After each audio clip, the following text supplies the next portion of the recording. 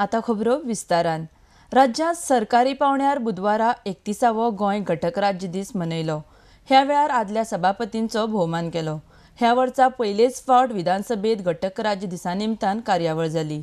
RDX Goa खातीर पर्वरीच्यान chief reporter कॅन्झिल Rodrigues.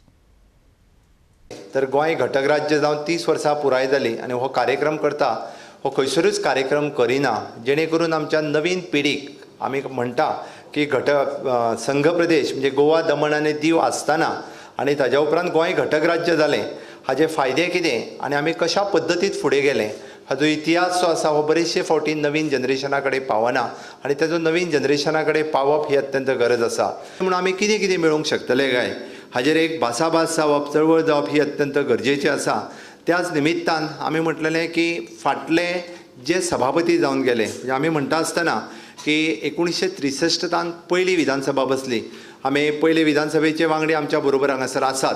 आमी म्हटलां की पयल्या फक्त सभापतींचो 1987 पर्यंत जे सभापती पयलीं जाले तांचें फेलिसिटेशन आयच्या दिसा करचें आनी ताज्या उपरांत जे हयात आसा तांचें करचें आनी ताज्या उपरांत आमी दर वर्सा म्हणजे विधिमंडळ असेंब्लीन हो दीस जो आसा हो कायमचो 30 मे हो मनोवचो आनी ताज्या उपरांतचे जे सभापती जायत गेल्ले आसा त्या सगळ्या सभापतींचें फेलिसिटेशन दर वर्सा अशा पद्दतीत तांचेंय फेलिसिटेशन जावचें आनी अशा पद्दतीचो हो बरो कार्यक्रमाचो पायंडो आयच्या दिसा आमी विधानसभेत सुरवात केला. Today Goa as it stands, as rightly said by Mr. Moin Godino, that Goa enjoys the highest per capita income in the country.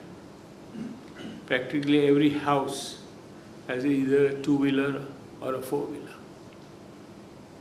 Very few people you see them walking on the roads if you go in the rural areas also. This is a new picture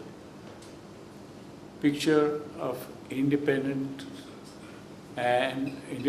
that has brought to us in India and how we have progressed, and along with it Goa has progressed fantastically.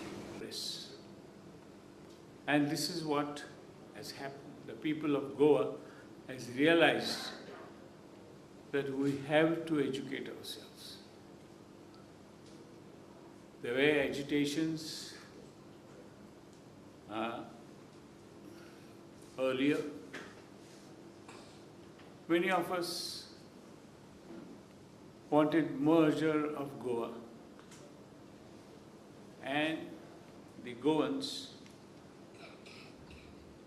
for the first time in the history of India, we had an opinion poll,